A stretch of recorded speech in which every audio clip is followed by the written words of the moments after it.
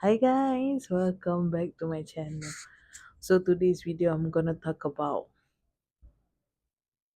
anxious and avoidant attachment again. This one is a different topic, more like in depth. I don't like to call it, to bagi nama like that this because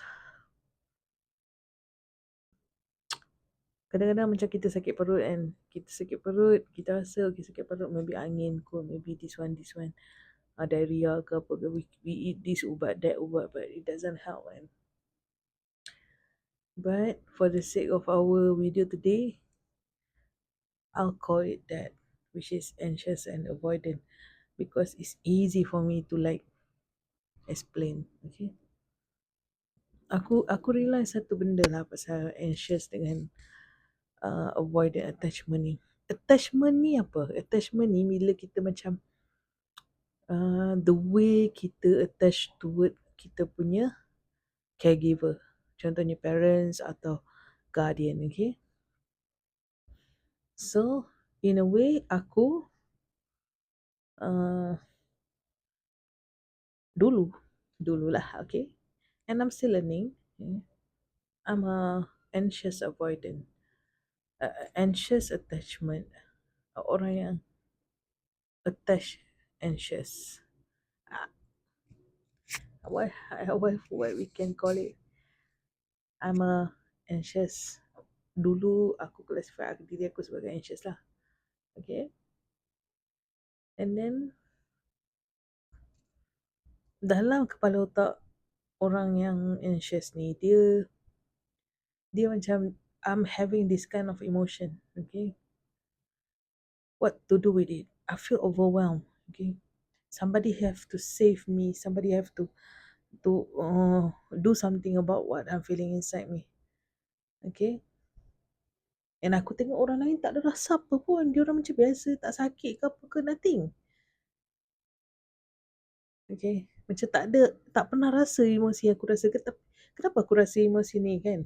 So, and aku rasa overwhelmed dengan emosi ni. Emosi yang bangkit pada satu masa lah kan. But turn out along the way, aku belajar, oh semua orang ada emosi tu kan. Just macam aku berpulang untuk nampak ke tak, itu sajalah kan.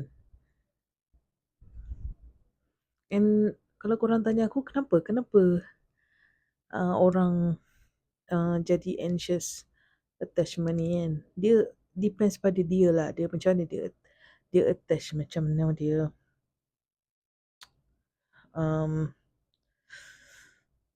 orang kata nak keep diri dia safe, okay. So dengan bila dia rasa something tak safe, macam contohnya dia kena pergi macam contohnya baru-baru semalam aku kena pergi dentist and somehow I have to go to the dentist, and that experience overwhelm aku. Sebab walaupun aku dah pergi banyak kali kan, because mungkin during childhood adalah bad experience dengan dentist kan. So betul, memang betul. Sebabnya aku ingat lagi masa tu gigi not even a gigi kekal lah kan, kita sekolah kan. So I think dia cabut tu terlalu kasar dan aku rasa macam trauma. So yeah, aku kena pergi dentist, and I was saying to some few people, I'm expressing to few people, aku takutnya macam mana ni kan. And anxious people ni dia tak ada masalah untuk beritahu emosi dia. Dia tahu macam mana kan, dia tahu apa emosi yang dia rasa, sebab kan dia nak express benda tu kan. Turn out bila aku cakap dekat kawan aku, cakap mak aku, dia orang pun sebenarnya takut juga dentist ni kan. Tapi they just go lah kan. So kenapa orang anxious ni jadi macam ni? Sebab dia masa kecil dia bila rasa safe tu hilang kan, contohnya parents ke tak ada ke apa semua kan, dia ataupun dia nak rasa macam apa, self-worth dia hilang. Yalah, self-worth tu pun macam self-worth bukan safe. Self-worth tu pun macam satu safety juga untuk macam dia ke atas identiti dia lah. Macam, oh dia orang tengok aku buruk. So anxious tadi. So dia macam dah try to control the narrative people tengok dia. Okay. So bila safety tak ada, dia apa semua, dia develop lah benda macam ni. So dia akan tend to control the situation, the people. So bila cerita pasal dentist malam tu pun, turn out aku cakap lah dengan mak aku ke, dengan apa semua, they all having the same emotion when going to the dentist, and me also, and they can't do anything, just be a moral support for me, and somehow I have to face it. Okay. But during that time, I was regulating lah apa yang dalam emosi yang aku rasa tu, aku regulate lah. Some people would call this overthinking, but takkan ada emotion tu kita terus nak ni kan? Kita nak react. Contoh emosi marah, terus marah orang tu kan? Anger, marah orang tu. So kita regulate lah. Regulate kan, sebab ada some people dia akan cakap overthinking kan? Buat regulate, so aku duduk lah gitu tu, just like it's okay, okay. Sembang dengan ChatGPT jap. So turn out apa pun orang cakap, it's just me have to go with it. Go and see the dentist lah. So I just tutup my phone, buka pintu kereta, pergi jalan. And kena tunggu pula. You know, when you nak tunggu tu lagi anxious kan? Tak apalah. Rasa nak lari pun ada. Because I know I don't have my coach anymore to calm me down, to orang kata help me with the emotion. I just have me again. So rasa nak lari lah. End up suddenly nombor aku panggil, I go. Aku masuk dah settle. And during that time aku anxious, aku tanya, kenapa aku rasa macam ni kan? Oh, aku takut, aku sayang gigi kekal aku. If let's say kena dicabut, faham? Oh, aku takut juga macam tak boleh selamatkan kan. So benda-benda macam itulah. Logik je orang rasa. Kebanyakan orang rasa kan. So what can I do is orang kata some kind of situation trigger aku. Trigger kat dalam macam contoh rasa tak safe, takut, rasa overwhelmed, rasa anger kan. So tanya diri aku kat mana yang orang tu sentuh kan. Dia sentuh fear aku macam ni. Dia always dia nak bagi tahu kenapa aku rasa certain emosi tu. And bila kita dah tahu kenapa kita rasa certain emosi tu, dia lah macam bagi aku macam dia lose the power of it. Kita tahu kita takut, but it's okay. I just go with it.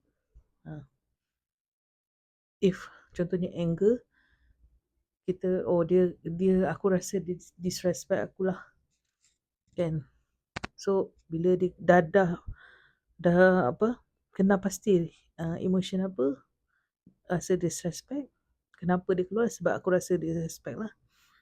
And then do I need to do something or apa, establish boundary? Macam tak apalah, aku nak macam buat hal, aku tak nak involve sangat dengan dia kalau tak ada kena-mengena. Oh, aku cakap kat dia, apa yang kau buat tu aku rasa tak patut lah. Tapi tak semua yang kita boleh express, betul tak? Takkan kita kena cakap, bos, saya rasa buat tak patut lah. Sebab kan kadang-kadang dia tak rasa professional. Sebab bila kita nak explain kat dia, bos, saya rasa tak patut lah. Saya rasa bos disrespect saya. Dia macam kerik-kerik juga kan, kenapa cakap macam tu kan. So maybe kalau kita nak establish boundaries, we can go buat kerja apa kita yang kita nak, dan ada peluang lain, Mana tahu ada peluang lain yang lebih ni. Dulu aku rasa takut sangat bila cakap pasal peluang lain ni. Tapi it's a peaceful decision to make actually. Kan? Kita pergi pada tempat yang hargai kita lah. Kan? Yang respect kita. Kan? Okay, avoidant pula. Avoidant ni aku tak tahu sangat, tapi kebanyakan yang orang dalam hidup aku ni kebanyakannya avoidant. So ni aku nak cakap bukannya anxious bagus, avoidant bagus. Kalau boleh kita nak jadi secure lah. Kita macam secure attachment ni apa? Apa pun orang buat, dia macam tak kacau peace kita. Kita stay macam it's okay. Oh, mungkin dia tak okay kot. Mungkin anything yang bagi tahu kita bagi tahu diri kita and then kita boleh move on. Kan? Walaupun orang macam tu duduk perang kan, kita boleh move on kan. So aku tak cakap siapa-siapa pun baik, siapa-siapa pun jahat. It's just the style. Okay. Avoidant pula, okay, orang biasanya dia macam dia more pada outer. Anxious ni terkadang pada dalaman dia. Kan. Dalam dia tu macam nak burst kan. Avoidant pula dia outer. Kan. Orang ni trigger dia something. Orang ni situasi jadi. Kan. Tapi dia rasa macam orang trigger dia. Trigger orang disrespect dia kan. So ada dalam diri dia yang rasa disrespect tu. And orang tu hanya jadi diri dia, buat apa perangai dia, tapi dia rasa something. So instead of like rasa apa dia ni buat aku macam ni, dia tak buat pun, dia tak niat kan. Orang yang avoidant boleh tengok macam tanya diri dia, kenapa dia rasa macam tu? I mean, kat mana yang orang tu trigger dia? Kan? Oh, dia macam trigger rasa disrespect kan. Dia rasa disrespect. So oh, okay, I feel disrespect. Sebab avoidant ni, dia jarang nak nampak emosi dia. So, bila dia tanya macam tu, dia akan nampak emosi dia. Bila dia dah nampak what kind of emosi yang dia having, contohnya rasa disrespect, sad, angry, dia akan kurangkan, orang kata, keterukan rasa tu. Macam instead of emosi tu banyak ni, dia jadi kecil sikit.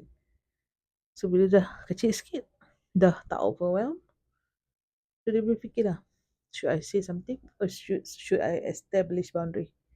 It's the same thing, okay? And then dan yang first kena feel dululah kan, feel and then tanya kan.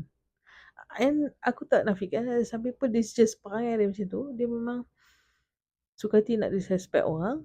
Tu yang establish boundary tu. Kita pun protect peace kita, buat apa nak layan orang macam tu. And kurangkan overwhelm tu. Okay. So avoidant ni aku tak boleh cakap dari segi aku rasa, tapi aku nampak, aku boleh nampak kat setengah dan aku boleh faham. Kenapa dia orang macam ni? Sebab dia orang rasa dalam dunia ni tak ada siapa pun boleh help dia orang emosi dia orang. Berbeza dengan anxious tadi. Anxious tadi macam dia perlukan help dia orang lain. Dia tak mampu. Macam dia avoidant ni, dia tak rasa orang lain mampu. And dia rasa semua orang dalam dunia ni nak hurt dia. Kenapa dia macam tu? Sebab along the way dia grew up macam tu. Dia grew up feeling benda tu. Like orang kat dunia ni nak hurt dia. So dia avoid lah. Dia tapi kesan dia apa? Dia susah nak connect dengan orang. Connect kat surface sajalah. Kan? So tanpa connection tak ada loyalty. Okay? Tak ada loyalty, tak ada love kan. By the end of the day, dia akan rasa seorang seperti yang dia nak. Sebab dia kata dalam diri dia dan kepala dia tak ada siapa boleh handle dia, boleh tolong dia dengan emosi dia. Hanya dia yang boleh, sebab orang kat dunia ni hurt dia, nak hurt dia. So benda-benda macam tu yang dia bagi tahu diri dia kan. Okay. So macam aku cakap tadi lah, macam mana nak kalau kau kata kat aku, Ni dayah aku ni avoider macam mana? Aku rasa semua orang tak betul. So macam tu lah. Macam kenapa? Tanya diri. Tanya soalan lebih sikit je kan. Kat mana dia trigger? Kenapa dia? Apa yang dia buat tu menyebabkan aku rasa apa? Oh, rasa marah. Kenapa rasa marah? Sebab aku rasa dia bila dah start jawab tu, emosi akan turun. Sebab emosi ni alarm sistem kita kan. Badan kita so sophisticated. Okay. So sophisticated. And I'm grateful for this body actually. Dia beritahu kita kat mana pumperang dia beritahu. Dan jangan tak dengar. Tak dengar tu macam parent kita buat lah. Diam lah. Nangis je. Melampau lah kau ni. Geram. Sebenarnya dia tak mampu nak handle emosi kita. That's why dia macam tu. Okay. So aku rasa kat sini, sampai sini saja video aku hari ni. So aku harap video ni boleh help korang dari segenap segi. Okay. Until next time. Bye bye.